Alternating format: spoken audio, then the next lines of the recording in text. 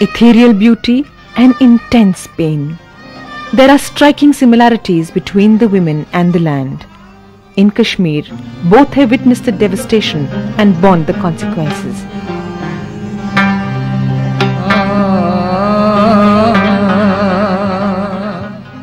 I set off to find out how women are coping in the changed circumstances in what was once considered paradise on earth. The estimates of the impact are spine-chilling. 70,000 dead, 4,000 missing, and 1 million displaced. But even after 2 decades of conflict, the beauty of the place can be misleading.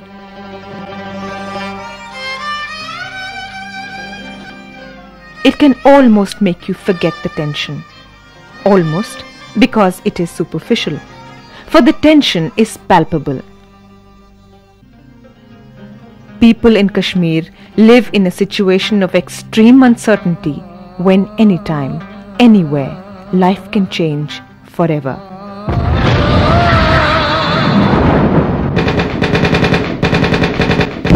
In Kashmir, the price of life is the price of a bullet. And no matter which side you're on, you're always a target. Conflict has created a new set of circumstances, and women are seeking their own ways of negotiating and coming to terms with it.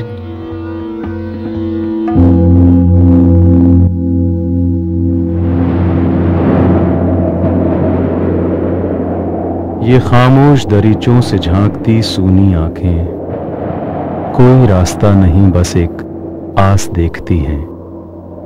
जो सुबह गए उनके आने की उम्मीद नहीं, ये तो पल पल मंद होती अपनी सांस देखती हैं। The trauma of conflict in Jammu and Kashmir has taken a toll on the women, with cases of neurological disorders spiraling in the last decade. Some women have not got over the trauma of witnessing violence firsthand, while others have taken recourse to medication. In the Government College for Women in Navakadal, we meet Shahida, who, like scores of Kashmiri women, has bottled up her fears and insecurities. हर वक्त परेशान रहते हैं कि मालूम नहीं क्या होगा। हम ड्यूटी के लिए निकलते हैं, खुद अपने ऊपर हमारे ऊपर क्या बीतती है उसकी हमें परवाह नहीं होती उतनी जितनी हमें इस बात की परेशानी होती है कि हमारे बच्चे घर से निकले हैं, फलां जगह पर धमाका हुआ है, फलां जगह पर गोलियां चली हैं। मालूम नहीं हमारे बच्चे, हमारे घर वाले, हमारे हस्बैंड्स, हमारे पेरेंट्स, हमारे भाई सही सलामत घर भी पहुंच पाएंगे या नहीं। With the changed circumstances, there is a shift in the roles women are now performing. पहले मर्द औरत को सिक्योरिटी देते थे कि औरत घर में है तो मर्द जाता था बाहर, शाम होती थी रात के अंधेरे में या रात शाम के वक्त अगर बाहर जाना होता था तो मर्द जाता था, औरत नहीं जाती थी। लेकिन आजकल के ज़माने में हम औरतें कोशिश करती हैं इस बात की कि मर्द को अगर बाहर जाना है, वो चाहता है कि अंधेरे में बाहर जाए, कोई ज़रूरी काम पड़ गया तो हम कहते हैं कि नहीं, हम आपको कंपनी करेंगे। कि शायद हम अपनी सेटिस्फेक्शन के लिए, हम क्या सिक्योरिटी दे पाएंगे मर्द को वो अलग बात है, लेकिन अपनी सेटिस्फेक्शन के लिए हमें तसल्ली रहती है कि शायद इस तरह ये मर्द बच जाए, शायद इस पर हमला ना हो। It has been about 2 decades since there was an official census in Kashmir, but what one cannot help but notice is that the girls seem to outnumber the boys. Mention this and you're told that they have either gone away or been taken away. The references are easy to guess, but how does a mother deal with it?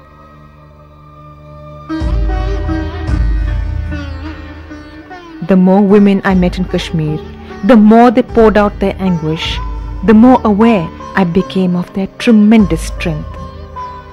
This is especially true of the mothers. Many of these are ordinary, uneducated women whose lives and roles have changed completely, forever. One of these women is Parveena Ahangar. Her teenage son was picked up by the security forces in what she alleges was a case of mistaken identity. That was 12 years ago. These 2 decades have metamorphosized Parveena. She has fought a lonely but spirited battle against an apathetic, cold and unresponsive system.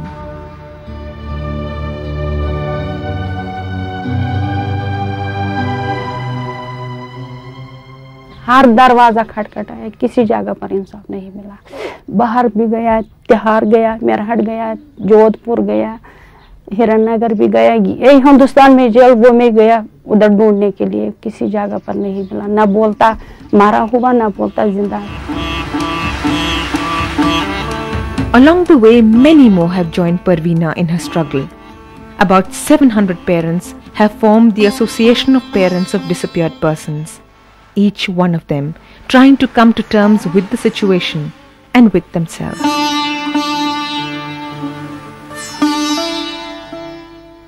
बहुत याद आती है। सबसे ज्यादा बात क्या याद? वो बहुत खदमत करती मेरे को, वो घर का काम भी करती, कपड़ा भी धोती, पढ़ाई भी करता। उसको मैट्रिक तक मास्टर ही नहीं लगाया, उसने खुद ही पढ़ाई किया है। उसकी मार्क्स कार्ड में अंदर में उसकी कपड़े मैंने अपनी कपड़े में रखा। वो कहाँ मिलेगा उसका भी, ऐसी बेटा कभी नहीं मिलेगा। बहुत सेवा करता है, इधर मेरे को दर्द है हालांकि कसम उस बेटे की।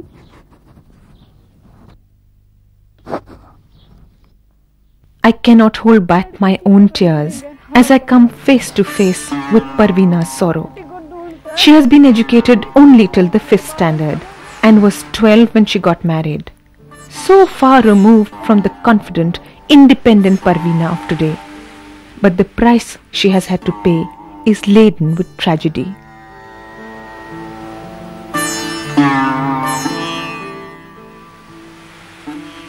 While Parveena mourns for her son in Srinagar, in Jammu, Asha Sadhu cannot come to terms with her own grief. Her family migrated to Jammu in 1990. Soon after, she lost her husband. Her young son Rohit took up a job that posted him to Batmalu. But tragedy followed there too. वो जो assembly में blast हुआ उसमें उनकी शहादत हो गई। नजरों पर छाया साया सा, हर चेहरा क्यों मुरझाया सा, बचपन चुप है खामोश है क्यों, हंसता जीवन बेहोश है क्यों, फैला क्यों यहाँ है धुआं ही धुआं।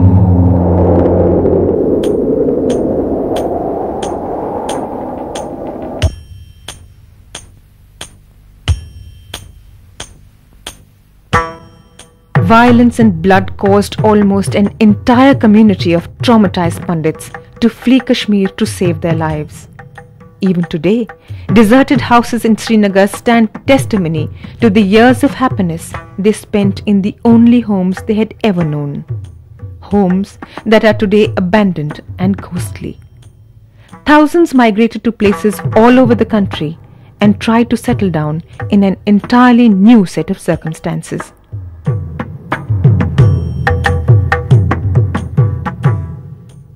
पहले जब हम यहाँ से आए एक ही कमरा था, यहाँ पर मुश्किल हो गया। सास ससुर भी, नंद भी, देवर भी, उठना बैठना भी, मेहमान भी, पढ़ना लिखना भी, खाना बनाना भी बहुत मुश्किल हो गए। Cases of domestic strife and violence have gone up as the equation between the women and the men has undergone a change. For many, prayer becomes an outlet. In Jammu, there is an exact replica of Srinagar's revered Kheer Bhavani temple.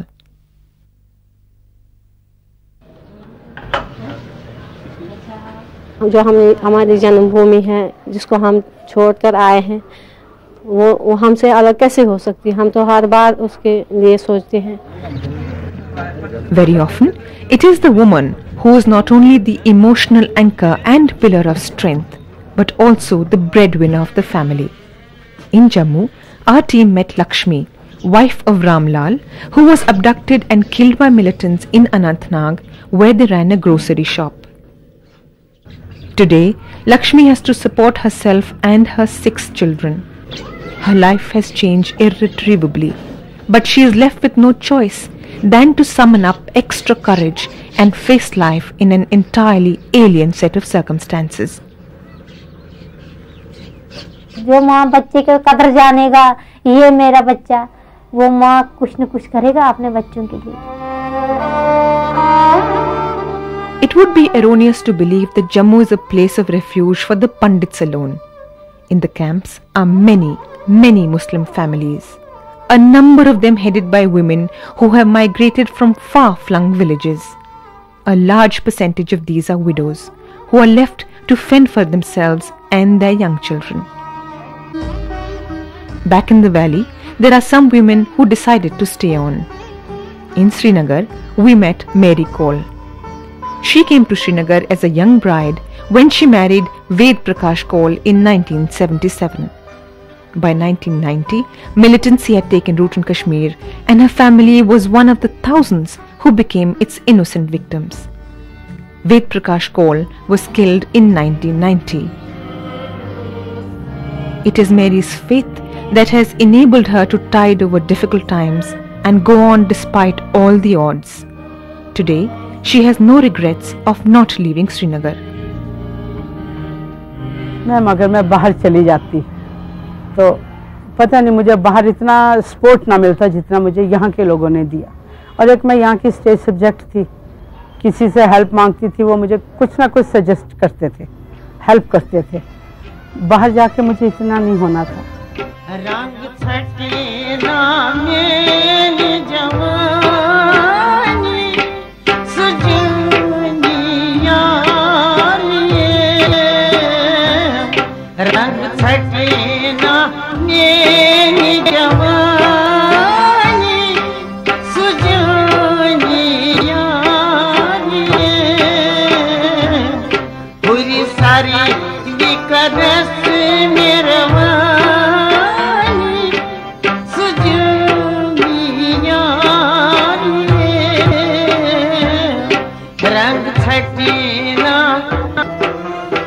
A commonly used term to describe a large number of women in Kashmir is half-widows. These are women whose husbands have disappeared, either picked up by the security forces or the militants. Either way, the women bear the consequences. They cannot remarry, for their legal position is yet to be decided by law or the clergy. In Srinagar, we went to meet Shafiqa, one such half-widow. When Shafiqa's husband was taken away about 2 years ago, she was forced to shift into an overcrowded cluster of tenements that perch precariously over a dirty rivulet. We find she is not home.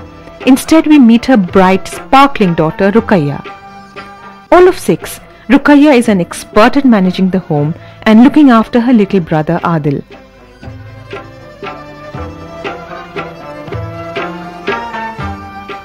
हम school जाते थे, जब भी हमारा रहती था ना, हम स्कूल जाते थे सुबह। और मम्मी आपके साथ घर में रहती थी? हाँ? अब आप... फिर हमारी मम्मी हमको स्कूल में ले आती थी, खाना देती थी। जब हमारे पापा ले गए तो तब से हम यहीं रह गए। Ruqayya is left in charge of the household all through the day while her mother works to earn some money to sustain them. Evenings is what the children look forward to. जब mummy आती है ना शाम को, वो वहीं से दूध रोटी लाती है, फिर हमको खिलाती है. Since we did not find Shafiqa on our first visit, we went back the next morning. She told us that the army took away her husband because he was a former militant. आपकी जब शादी हुई थी तब आपको मालूम था कि वो मिलिटेंट थे? नहीं, उन्होंने नहीं बताया? किसी ने ये नहीं बताया. फिर जब ये बड़ी बेटी पैदा हुई, फिर पड़ोसी ने बताया ये मिलिटेंट था. तो आपने उनसे पूछा? हाँ, उसने, मेरे पति ने उसके साथ झगड़ा किया, फिर उसने बताया ये मिलिटेंट था. तूने किसके साथ शादी किया? मिलिटेंट के साथ. तो आपने पति से पूछा? हाँ, मैंने उसको पूछा. उसने बोला हाँ मैं मिलिटेंट थी, पहले थी, मगर अब नहीं रहूंगी militant. Shafiqa is the sole breadwinner of a family with 3 children, one of whom is so young that she has to be carried to work. She does not expect her husband will ever return, but is not willing to consider remarriage either. मैं सोच रही अगर मैं शादी करूंगी ना, ये बच्चे कहाँ जाएंगे? वो मत करेंगे जो अपने बाप करेंगे, वो मत करेंगे इसके साथ.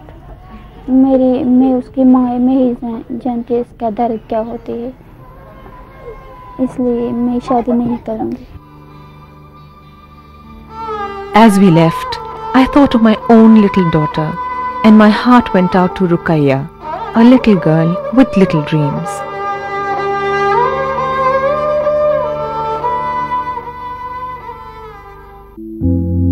सहमी मासूम सी ये कलियां, टूटी बिखरी सी ये गलियां, भूखी है सुबह रोता है ये दिन, जागी रातें पल छिन सब ढेर हुए ये शहर ये मकान. The phenomena of half widows is neither restricted to Srinagar nor to women of a particular religion. In Jammu, our team met Sumitra, who lives in Beli Charan, a camp for migrants from Kashmir. Militant जब उसको ले गए, हम इधर भाग आए, तो 1.5 साल उसको हो गए, कोई पता नहीं चला. A young woman left to bring up a small child with no source of income. Sumitra is today dependent on her brother-in-law, but her tomorrow offers her no hope.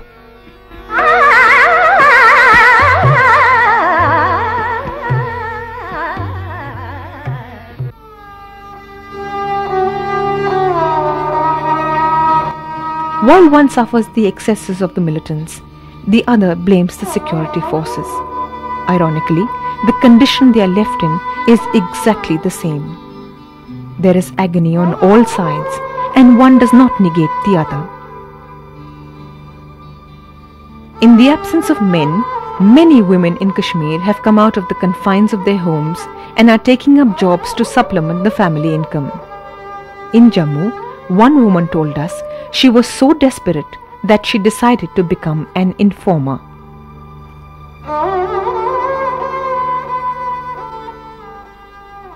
मैंने उनसे ये कहा था मैं तब काम करूंगी जब मुझे आप मेरे घर की पूरी मदद उठा सकते हो, क्योंकि मेरे फादर जो थे वो पुलिस में रिटायर थे, 1000 रुपया पेंशन मिलती थी, 15 जने खाने वाले थे, तो गुजारा चलता नहीं था. तो हमने कहा चलो अगर गवर्नमेंट हमें मदद करती है तो अच्छी बात है. तो मैंने अपने माँ बाप से मशवरा लिया, तो मेरे माँ बाप कहने लगे बेटा देख लो, खतरा नहीं होना चाहिए, बाकी सब कुछ है. The physical vulnerability of the woman puts her at great personal risk. Our subject told us that she was abducted by militants while in Kashmir. 15 लड़के थे जिन्होंने मेरे साथ गलत भी किया. अब आपसे क्या कहें कि बात करने में भी शर्म आती है जो उन्होंने हमारे साथ किया है, मगर अब भी हम सोचते हैं कि हमारे साथ ये क्यों होता है. There are no answers, only deep anguish and anger at the personal indignities women are made to suffer. Kashmir is full of instances where rape has been used as a weapon.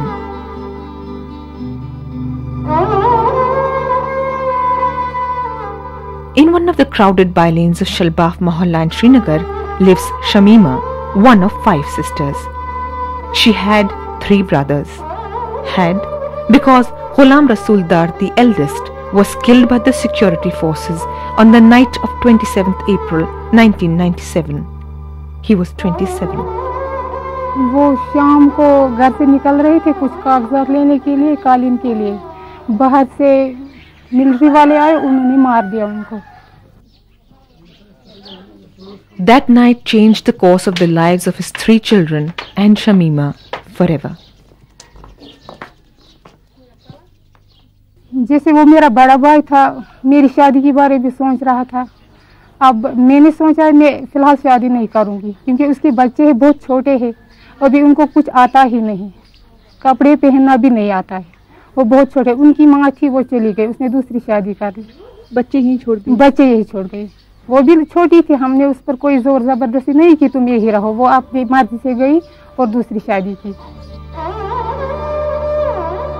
At 15, Shamima found herself coping with the responsibilities of a sister and a mother, managing the children, doing the housework and trying to supplement the family income by spinning the charkha. 5 years later, she is barely able to cope, but the maturity of her years and her additional responsibilities have given rise to new fears.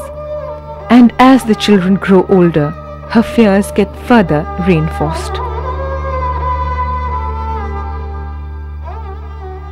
शक ऐसे करते हैं कि जो उसके दोस्त होता है, कोई किसी का दोस्त होता है, कोई मिलिटेंट होता है, यही कि उसके साथ ना उसकी दोस्ती रहे तो अच्छा है, अपने घर में रहे। Mutual trust is perhaps the first casualty in a situation of conflict. Not only has it taken root in the family, it has enveloped the entire society. And in a society where violence is the order of the day, the brunt is borne by the common man and woman. Harna Bano lived with her husband and son in a village in Kashmir. One evening, the militants visited them. अगर तुम इधर क्यों रोटी देते हैं लोगों को, क्यों बैठने देंगे इधर, थारे पास क्यों आती है ये फौज? नहीं, क्या फौज का तो कम है, उसने तो आना है। तम पे आते गोली दिखाते, हम झुक जाते, वो भी आते गोली दिखाते, हम कैसे बचेंगे? As proof of their innocence, the militants demanded that her husband hand over their son. ने बोला अब मैं मर जाऊंगा, बच्चे को नहीं दूंगा, बस फिर इसको गोली मार दी। तो मैं भाग गई, मैं इस बच्चे के पास आई, या अब बोलने लगा तेरा बच्चा भी जहाँ रहेगा वहीं काटेंगे। Overnight, Harno fled with her son, leaving behind all her property and belongings. It has been 4 years now, but even as a mother left everything she had ever known for her son, she pines for the daughter she has no news of. एक लड़की है, पता नहीं है मारछड़ी, एक की लड़की, कोई पता नहीं उसका चलता नहीं कुछ। In Srinagar, I met Zubeda Khanam. Zubeda works for a trust that seeks to empower women who are victims of violence by providing them with life skills.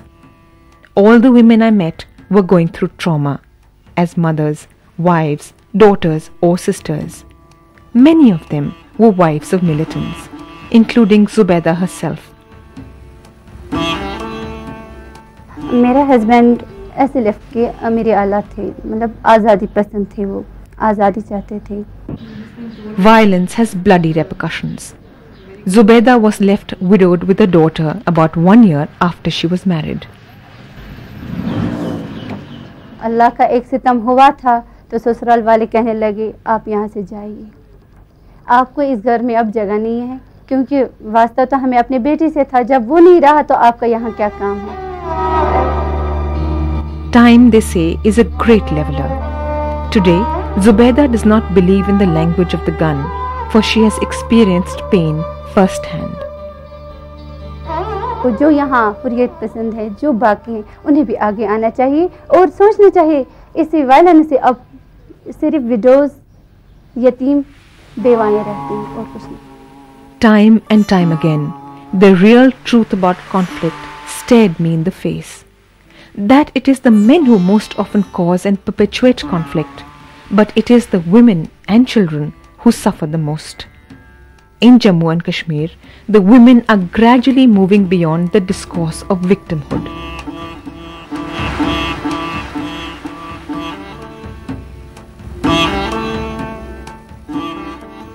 There are initiatives in Kashmir where women have come together across the religious, the ethnic and the ideological divide to attempt to build constituencies of peace, to start processes of dialogue and reconciliation. One such very courageous initiative is called Athwas. You know, Athwas means handshake, reaching out.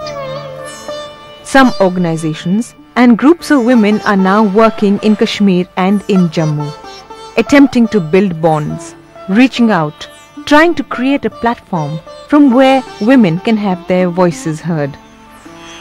A process of dialogue and reconciliation has to begin among the Kashmiris themselves before any formal negotiations can really strike permanent root. So all is not lost. There is hope, and I think women have a very crucial role to play in this process for a better tomorrow.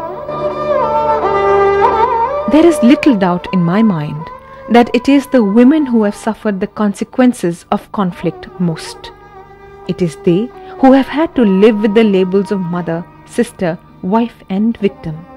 It is they who have had to pick up the pieces and put the community back again. It is they who desire peace most. Isn't it time then that their voices be included in shaping the future of Kashmir?